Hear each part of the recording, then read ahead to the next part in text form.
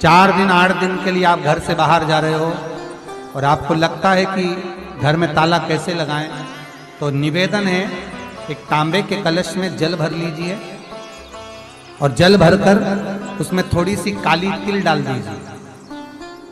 शमशानवासी भूतेश्वर शिव का नाम लेकर काली तिल डाल दीजिए, कलश को प्लेट से ढक दीजिए, घर के किसी भी भाग में उसको रख दीजिए।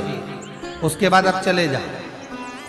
किसी की सामर्थ्यता नहीं है कि उस घर में कोई पांव रखे, किसी की सामर्थ्यता नहीं है।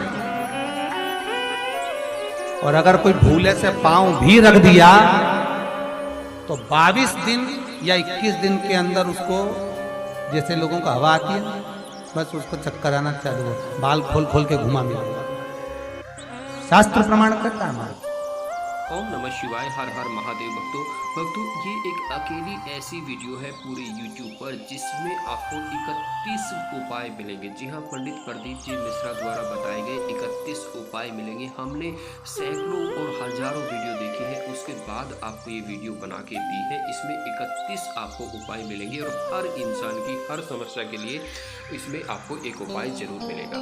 आपसे एक छोटा सा निवेदन है, जी हाँ, आपसे एक छोटा सा निवेदन है। अगर आप शिव भक्त हैं, अगर आप पंडित प्रदीप जी मिश्रा की कथा को सुनते हैं, अगर आप भगवान को मानते हैं, तो हमारा आपसे हाथ जोड़कर एक छोटा सा निवेदन है। हमने आपके लिए कुछ अच्छी पोस्ट बनाई है, उन्हें हमने डिस्क्रिप्शन में लिखा है। आपसे प्लीज़ हाथ जोड़ के ये रिक्वेस्ट है कि उन पोस्ट पे आप जाकर एक बार ज़रूर देखें। लिंक हमने आपको नीचे डिस्क्रिप्शन में दिए हैं। आप जाकर एक बार क्लिक करेंगे तो समझिए कि हमारे बच्चों का पेट पल सकेगा। ये काम हमारे लिए प्लीज़ ज़रूर कीजिएगा, क्योंकि भगवान भी कहता है जब आप किसी इंसान का भला करोगे तभी आपका भला करेगा। पहले आप इंसान का भला करिए, उसके बाद किसी भगवान का पूजन करिए। तो ऐसा करने के लिए पहले हम आपको हाथ जोड़ के निवेदन करते हैं कि कृपया डिस्क्रिप्शन जरूर देखिए। आइए उपाय सुनते हैं। और शिवरात्रि के दिन रात्रि को 12 बजे शंकर भगवान पर एक धतूरा चढ़ा दो। आधे घंटे तक धतूरा चढ़े रहने दो और आप श्री शिवाय नमस्तुभ्यम का जाप करो। जिस शंकर जी पे धतूरा चढ़ा है उस मंदिर के बाहर बैठकर कौन सा मंत्र जपना है? श्री शिवाय नमस्तुभ्यम। श्री शिवाय नमस्तुभ्यम का स्मरण करिए। और जो दुकान नहीं चलती हो, घर में लक्ष्मी नहीं टिकती हो, खेत में फसल अच्छी नहीं आती हो, संपदा नहीं आ रही हो, बस उस धतूरे को लाल वस्त्र में बांधकर अपनी दुकान में, अपने व्यापार में, अपने घर में रात को 12:30 बजे उठाकर लाओ और 4 बजे के पहले उसको अपनी दुकान, व्यापार, व्यवसाय में उसको बांध दीजिए। और अगर जो जमीन फसल सही नहीं दे रही हो वो जमीन में ले जाकर गाड़ दीजिए। आपको जीवन में कभी तकलीफ नहीं भोगना पड़ेगी, लक्ष्मी बढ़ती चली जाएगी, संपदा बढ़ेगी। आप सबको फिर निवेदन करेंगे, रोग, बीमारी, तकलीफ, कष्ट या फिर कहीं रुपया पैसा अटक गया हो, नहीं निकल रहा हो, किसी व्यक्ति से कोई काम करवाना है वो काम नहीं कर रहा, कोई फाइल आगे नहीं बढ़ रही है, कोई कार्य अटक रहा है, तो एक जल के पात्र में जल भरकर 5 बेलपत्री शिव जी को समर्पित कर कुंदकेश्वर महादेव का नाम लेकर एक सफेद पुष्प बेलपत्री के ऊपर जो शिव जी को चढ़ाई है उस पर समर्पित कर जल जो लेकर गए हो, अपनी उस कामना को कर कि मेरा ये कार्य अटक रहा है, ये कार्य नहीं हो रहा, कुंदकेश्वर महादेव का नाम लेकर धीरे धीरे जल की धार चढ़ाइए। जब आपको लगे कि आपके घर में शांति बिल्कुल नहीं, क्लेश बहुत ज्यादा तकलीफ, हमारे घर में कुछ न कुछ जरा सी बात पर विवाद होता ही है, तो प्रयास करिएगा कि आप काली तिल थोड़ी सी, एक काली मिर्ची और 7 लौंग, क्या क्या तिल चीजें हैं?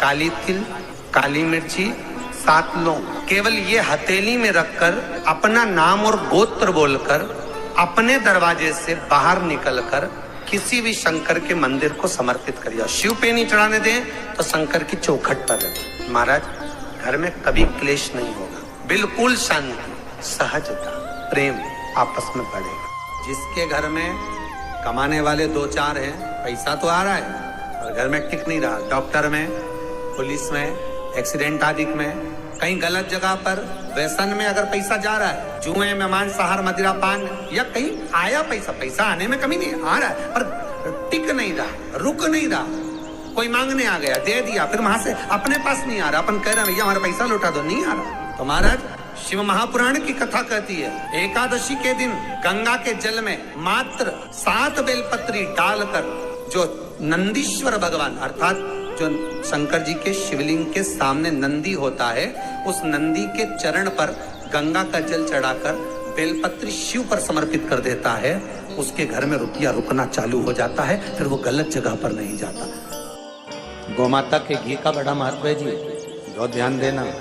साल में 2 बार या 3 बार गौ माता के दूध से निर्मित, वो भी देसी गाय के द्वारा निर्मित घी दरवाजे के बाहर, अगर तुम्हारे घर में बहुत अशांति हो रही है, क्लेश हो रहा है, घर में शांति नहीं है, तो गाय के घी की एक बिंदी भी अगर दरवाजे के बाहर मात्र अशोक सुंदरी वाली जगह पर घी को लगाकर उस हाथ की बिंदी को दरवाजे पर लगा दिया जाता है, तो घर में से क्लेश समाप्त हो जाता है। व्यापार में काम अच्छा नहीं लग रहा, व्यापार अच्छा नहीं चल रहा, जिसके मन में लगता है कि मेरे मन से मुझे अच्छा नहीं लग रहा, उतने से मन को आनंद की अनुभूति हुई।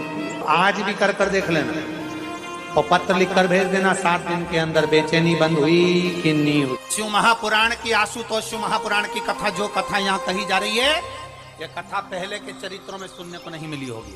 जरा ध्यान देना इस संवाद पर, जितने लोग आस्था चैनल पर, जितने फेसबुक यूट्यूब पर सुन रहे हैं। सनातन धर्म की हंसी उड़ाने वाले कह देते हैं नंदी के कान में कहने से क्या होता है, नंदी के सामने जाकर बोलने से क्या होता है, इससे क्या होता है, दर्शन करने से क्या होता है, वो अच्छे से समझ लेना। नंदी तप में लीन, शिवजी तप में लीन, शिव नहीं उठ रहे, विनायक ने नंदी के कानों में जाकर कह दिया, नंदी के कान में जाकर कहा, नंदी के नेत्र नहीं खुले, नेत्र किसके खुले, शिव जी के खुले। मन का नंदी शंकर की आराधना कर रहे थे, शिव अपनी नहीं गए थे।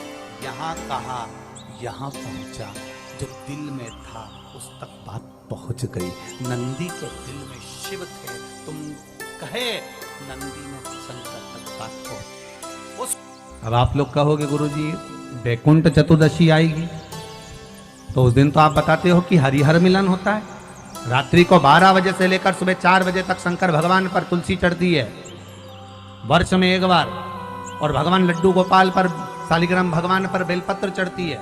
उस बेलपत्र और तुलसी को सुबह 4 बजे से पहले शहद की शीशी में रखा जाता है, और उस शहद को जो बच्चा माइंड से कमजोर होता है, बुद्धि से कमजोर होता है, जो पढ़ने में कमजोर होता है, जिसका विवेक काम नहीं करता, कोई कंपटीशन एग्जाम उसका निकल नहीं रहा होता है, तो 1 महीने उस बच्चे को वो शहद चटाया जाता है, तो बच्चा विद्वान हो जाता है। माता पिता को कहना नहीं पड़ता कि पढ़ने बैठ, पढ़ने बैठ, पढ़ने बैठ, बच्चा खुद पढ़ता है। माता पिता नहीं कहते फिर कि पढ़ने बैठो, वो खुद पढ़े। पट ही नहीं रहा, कहीं कोई पैसा खाकर चले गया, दे ही नहीं रहा, या घाटे में पड़ते जा रहा, हो गया।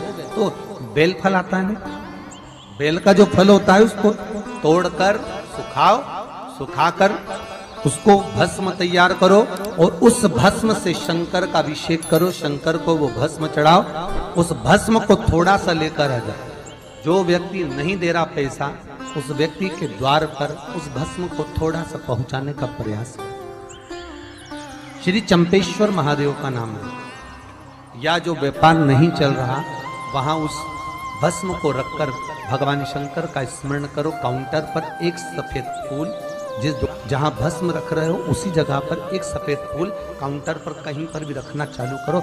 मात्र 7 दिन कर देखो, शंकर पर चढ़ी हुई एक वस्तु करोड़ों की। हमारे यहाँ झाड़ू की महत्वता कही, जो झाड़ू होती है, बुआरी होती है, जो झाड़ू को अपन झाड़ते हैं, ये महाराज 3 जगह पर नहीं रखना चाहिए। पहला, जिस कमरे में पति पत्नी दोनों सोते हो, उस कमरे में झाड़ू कभी मत रखना, क्योंकि पति पत्नी में क्लेश बना ही रहेगा, आपस में प्रेम स्नेह नहीं रहेगा। दूसरा, जिस कक्ष में, हॉल में लोग आकर बैठते हो और वहां कोई सोफा सेट लगा हो, कोई पलंग लगा हो, उस पलंग के नीचे, उस सोफे के नीचे झाड़ू नहीं होना चाहिए। सास और बहू का संबंध अच्छा नहीं रहता, विवाद होगा। तीसरा, अन्नपूर्णा का स्थान जहां पर भोजन बनता है, आप भोजन करते हो, रसोई घर में झाड़ू नहीं होना चाहिए।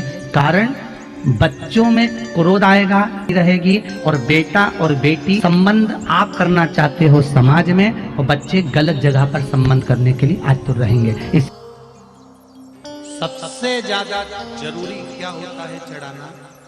एक बेर। क्या जरूरी है?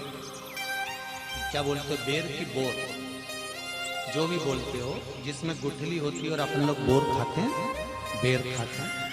मात्र एक बोर, एक बेर महाशिवरात्रि के दिन समर्पित किया जाता है। क्यों करते हैं?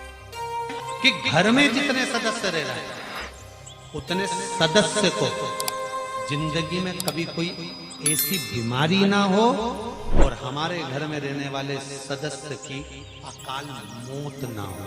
उसके लिए मात्र एक बेलपत्र की जगह एक बेर भी समर्पित कर देते हैं तो अकाल मृत्यु टल जाती है, अकाल मौत टल जाती है। कई बार कहा है आपको, शिव मंदिर में जाकर गलती मत करना। कोई भी सामग्री आप भगवान शंकर को अगर समर्पित कर रहे हैं, जैसे आप खाने का सामान ले गए या आप कोई वस्तु या दिया बत्ती ले गए, कभी भी ध्यान रखना जलाधारी के ऊपर जो भी सामान है जलाधारी पर कभी मत रखना। क्यों? जलाधारी पर अगर हम कोई फल वगैरह वस्तु रखते हैं तो हमारे ऊपर भार बनता है। भार मतलब जैसे कोई कार्य करने के लिए जा रहे हो और वो कार्य अटक जाए, वो होगा नहीं, मतलब समझ लेना कि तुमने जरूर जलाधारी पर कहीं कोई सामान रख दिया होगा। जलाधारी पर केवल पूजन का सामग्री, आप स्नान करा रहे हो जलाधारी पर डालिए, आप कुंकू लगा रहे हो, चंदन लगा रहे हो, अबीर लगा रहे हो, गुलाल लगा रहे हो, आप जलाधारी पर लगाइए। फूल चढ़ा रहे हो, बेलपत्री चढ़ा रहे हो, आप जलाधारी पर लगाइए। एक होता है रुद्राक्ष और एक होता है भद्राक्ष। भद्राक्ष का प्रयोग कहां होता है? जब यदि पति या पत्नी लाइन से भ्रष्ट होते हैं, एक दूसरे के प्रति समर्पित नहीं होते, या उसका चित्त वृत्ति किसी गलत जगह पर जाती है, तो भद्राक्ष का प्रयोग किया जाए। रुद्राक्ष का ही एक स्वरूप होता है भद्राक्ष, उसका प्रयोग किया जाए। या कोई नारी अन्य पुरुष से लगी है तो भद्राक्ष का जो जल होता है वो केवल एक छोटे से मट्टी के दिए में उस भद्राक्ष को रखा जाता है, उसमें पानी भर दिया जाता है, बार बार भरना पड़ता है उसमें पानी, और कोई कुल्लड़ हो, कोई मट्टी का पात्र हो, उसमें उसको रखकर उसमें पानी भर दिया जाता है। उस पानी को, तो भद्राक्ष का जो पानी होता है 3 दिन 2 दिन बेलपत्री के पेड़ के नीचे उसको रख दो या घर में रख लो, और उस भद्राक्ष का पानी दोनों को पिला दीजिए। अगर कोई गलत लाइन भी होगी, कहीं गलत स्त्री से या पुरुष से लगे हुए, तो वो हट जाता है। शंकर भगवान के शिवलिंग पर जब बेलपत्र चढ़ता है तो बेलपत्र का जो सीधा भाग होता है वो शिव जी के शिवलिंग पर होना चाहिए, उल्टा भाग ऊपर होना चाहिए। जब नंदीश्वर को बेलपत्र चढ़ाते हो, नंदी जो बाहर होता है उसको बेलपत्र चढ़ाते हो, तो नंदी को 2 जगह बेलपत्र चढ़ती। पहली बेलपत्र नंदी को जब चढ़ती है तो नंदी के सामने चढ़ती है, तो उसका बेलपत्री का जो डंडी का मुख है वो नंदी की ओर होता है, और बेलपत्री की पत्ती का मुख शंकर जी की ओर होता है। और एक बेलपत्र जब नंदी के ऊपर चढ़ती है तो डंडी का मुख शिव जी के ऊपर होता है, और इस पत्ती का मुख नंदी के सिर पर नंदी की ओर होता है। ये दोनों बेलपत्री बड़ी काम करती है, बहुत ध्यान देना। जो ये 2 बेलपत्र रखकर शिव जी का स्मरण कर कर जाएं, कार्य सफलता की ओर बढ़ता है। कोई काम के लिए आप जा रहे हैं तो उसमें सफलता मिल जाती है। 12 महीने शिवरात्रि आती है। आप किसी कामना से अगर शंकर जी की आराधना कर रहे हैं, या आप शिवरात्रि पर व्रत करें ना करें, 12 महीने शिवरात्रि आती है। आप प्रयास करना, एक कामना कर कर शंकर जी के शिवलिंग का और शंकर जी की जो जलाधारी है उसका शाम के समय, प्रदोष के समय पर, शिवरात्रि के दिन सफेद पुष्प की पंखड़ियों से शिव का श्रृंगार करना प्रारंभ कर दीजिए। जिस मंदिर में कोई नहीं जाए उस मंदिर में जाकर आप शिव का श्रृंगार करिए। आप दूसरा सोमवार आएगा, दूसरा शिवरात्रि आएगी ना, दूसरी महीने की जब शिवरात्रि आएगी तो आपको मालूम पड़ेगा कि आपने शंकर का जो पुष्प का श्रृंगार करा था, श्वेत पुष्प की पत्तियों का, सफेद फूल की पत्तियों का, कुंदकेश्वर महादेव के नाम से जो श्रृंगार करा था, उसका लाभ क्या होगा? धतूरे का बहुत अच्छा क्रम है महाराज, वो केवल शिवरात्रि के दिन करने का होता है। कहते हैं जिसका व्यापार ना चले, व्यवसाय ना चल रहा हो, बहुत ज्यादा कष्ट में जीवन निकल रहा हो और बहुत ही ज्यादा तकलीफ हो रही हो, तो धतूरे को हल्दी में डुबोकर शंकर भगवान को शिवरात्रि के दिन रात को 12 बजे समर्पित करें। उस धतूरे को वापस उठा लाएं 5-10 मिनट के बाद, श्री शिवाय नमस्तुभ्यम बोल कपड़े में उसको बांधकर व्यापार वाली जगह में कहीं पर भी उसको बांध दिया जाए। व्यापार पीछे नहीं हटता, व्यापार अग्रण्य भाव में बढ़ता चले जाता है। महाराज उस धतूरे को केवल परंतु शिवरात्रि के दिन रात को 12 बजे ही किया जाए, हल्दी में डुबोना पड़ता है। बहुत ज्यादा दुख है, बहुत ज्यादा तकलीफ है, बहुत कष्ट है, तो फिर विष्णु पुराण का एक उपाय जरूर कर देखना। महाराज विष्णु पुराण में स्पष्ट कहा है कि कार्तिक का प्रथम दिन किसी नदी में स्नान कर कर, तालाब में स्नान कर कर, नदी तालाब नहीं हो तो घर में ही स्नान कर कर, घर के दोनों दरवाजे पर, घर के बाहर दोनों दरवाजे पर घी का दिया लगा दें, उसमें एक कमल गट्टा, किराने की दुकान पे मिलता है काला कलर का कमल गट्टा, एक एक डाल दें, नाम और गोत्र बोलकर, और शाम के समय पर एक दिया घर की देहली पर प्रतिदिन कार्तिक के महीने में लगा दें। महाराज विष्णु पुराण का उपाय। अगर ज्यादा तकलीफ है, व्यापार चल ही नहीं रहा, कर्जे में लदालूम हो गए, यहां तक गति हो गई कि मरने तक की सोच लिया, तो वो कार्तिक के महीने में कर। कथा कहती है एक मांग का टीका, एक चप्पल और एक छाता, ये 3 चीजें, जैसे कि दूसरे की मांग कर या दूसरे की लेकर इसका प्रयोग नहीं करना। चली भी गई ना तो आपको टेंशन नहीं लेना, गई ना कोई बात। वैसे तो हमारा शास्त्र कहता है जब भी तीर्थ करने जाओ, किसी पवित्र नदी के तट पर जाओ, संतों के पास जाओ, गुरुजन के पास में जाओ, शिवालय जाओ, वो तो पाँव में पादुका होना ही नहीं चाहिए, क्योंकि ये 2 चीजें ऐसी हैं जिसमें काल समाया होता है। जब हम किसी को ये प्रदान करते हैं तो ये मानकर करते हैं कि हो सकता है हमारे जीवन में कोई दुख हो, तकलीफ हो, कष्ट हो, रोग हो, बीमारी हो, वो इसके दान करने से समाप्त हो जाए।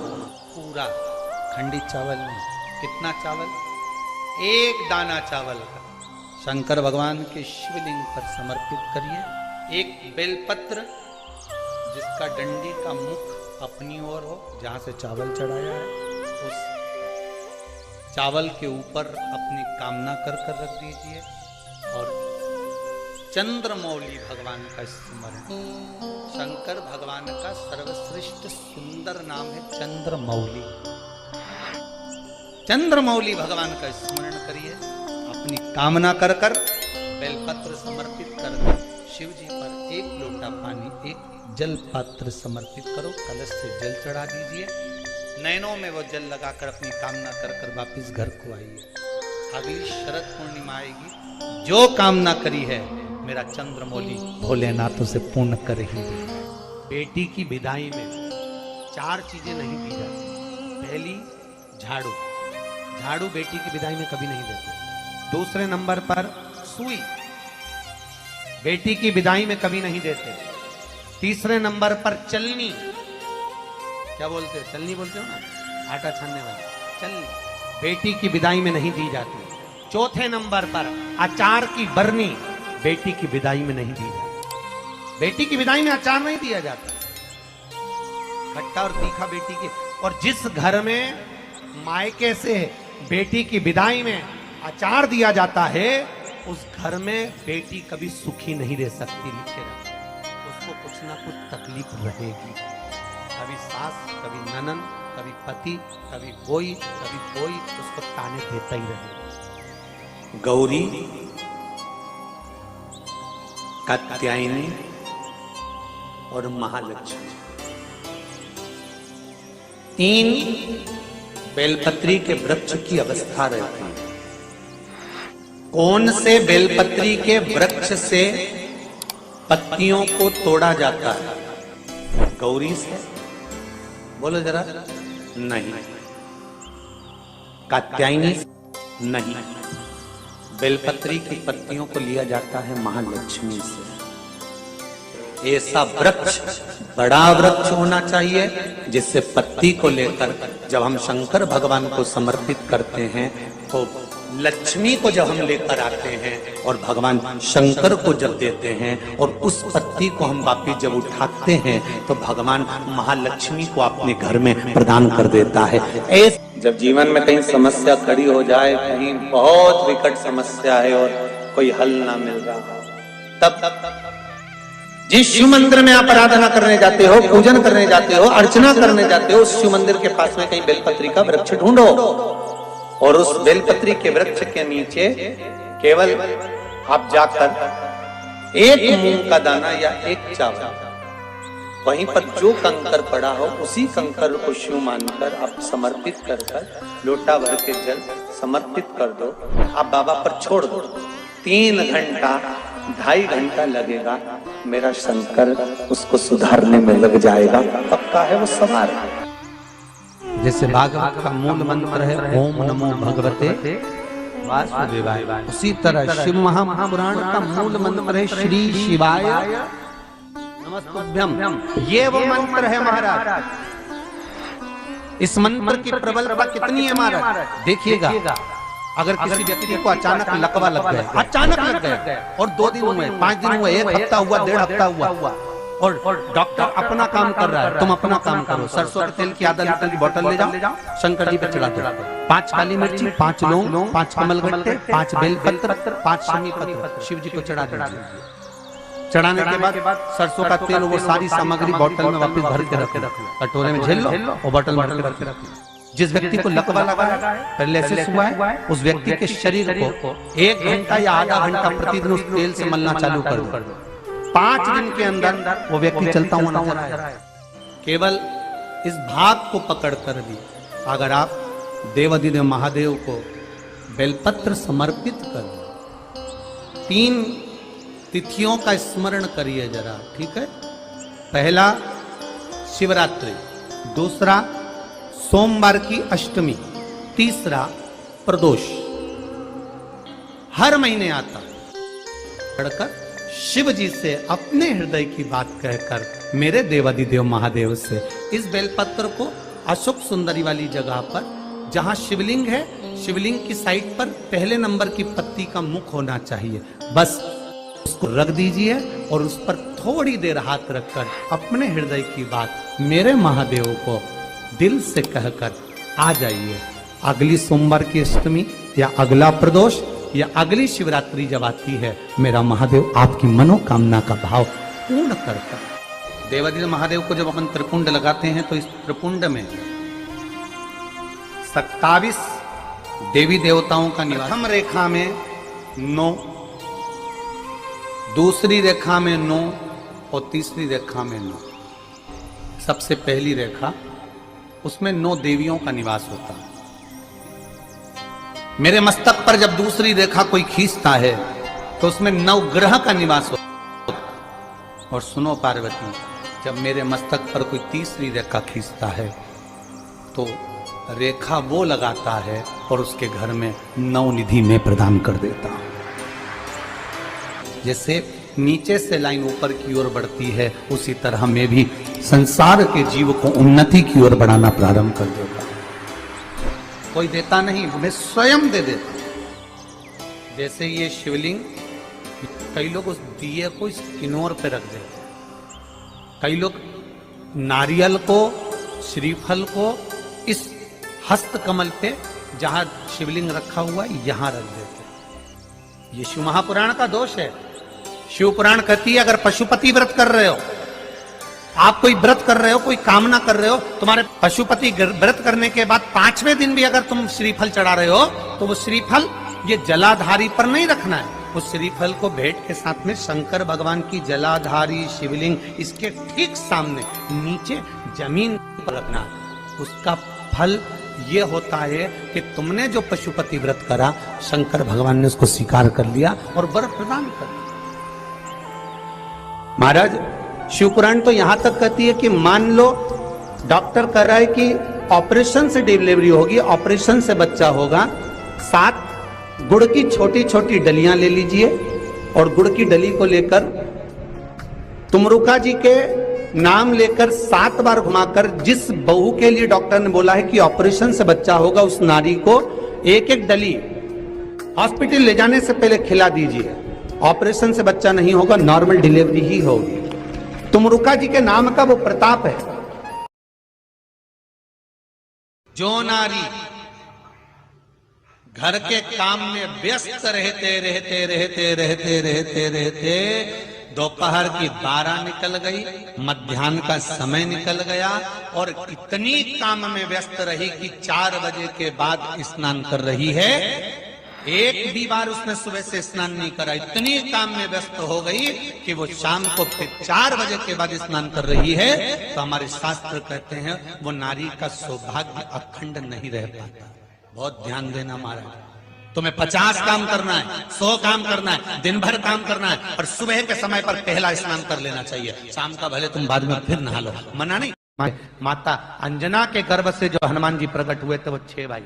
पहले नंबर पर हनुमान, दूसरे गतिमान, केतुमान, रतिमान, मतिमान, व्रतिमान, ऐसे हनुमान जी महाराज 6 भाई हैं। इसलिए आज भी नियम है, यदि कोई गाड़ी खरीदी जाती है या कोई फैक्ट्री या कोई ऑफिस का उद्घाटन किया जाता है, कोई दुकान, कोई व्यापार का उद्घाटन किया जाता है, तो हनुमान जी के छोटे भाई गतिमान के नाम से हनुमान जी के मंदिर का सिंदूर लाकर स्वस्तिक बनाकर उसकी पूजन करी जाती है। भगवान श्री हनुमान जी के उल्टे पांव का तो सिंदूर रहता है, पर नाम किसका लिया जाता है? गतिमान। हनुमान जी के छोटे भाई गतिमान का नाम लेकर जब स्वस्तिक बना दिया जाता है, तो वो फैक्ट्री, वो ऑफिस, वो गाड़ी कभी जिंदगी में ठप नहीं हो सकती, अग्रण्य भाव में बढ़ती चली जाती है, इतनी तरक्की करती है कि जिसका वर्णन। एक बहुत अच्छा समय रात्रि के 9:15 का एक समय होता है, जिस व्यक्ति का रोग बीमारी समाप्त नहीं हो रही हो, हॉस्पिटल में पड़ा हुआ है, कोई बहुत भारी बीमारी है, छूट ही नहीं पा रहा, तो रात्रि को 9:15 पर किसी भी दिन शंकर भगवान के शिवलिंग का, जो तुम्हारे घर में शंकर जी विराजमान हो उसका, या शंकर जी के मंदिर में जाकर शंकर जी का थोड़ा सा जल, उसमें थोड़ा सा आंवला पड़ा हुआ, मतलब आंवले के पानी से शंकर का अभिषेक पूजन कर, उसका नाम लेकर कर लो। जो रोग से ग्रसित हो, 1 दिन 2 दिन 3 दिन करोगे, वो हॉस्पिटल से छुट्टी करके आ जाएगा, उसका रोग समाप्त हो। पांव की चप्पल बार बार टूट रही हो, कमर से नीचे जो वस्त्र पहने हो वो फट रहे हो, बट आज के जमाने में तो फटे फटाए पहनते हैं लोग, फैशन, उसकी गारंटी नहीं है, उसका हम वर्णन नहीं करा।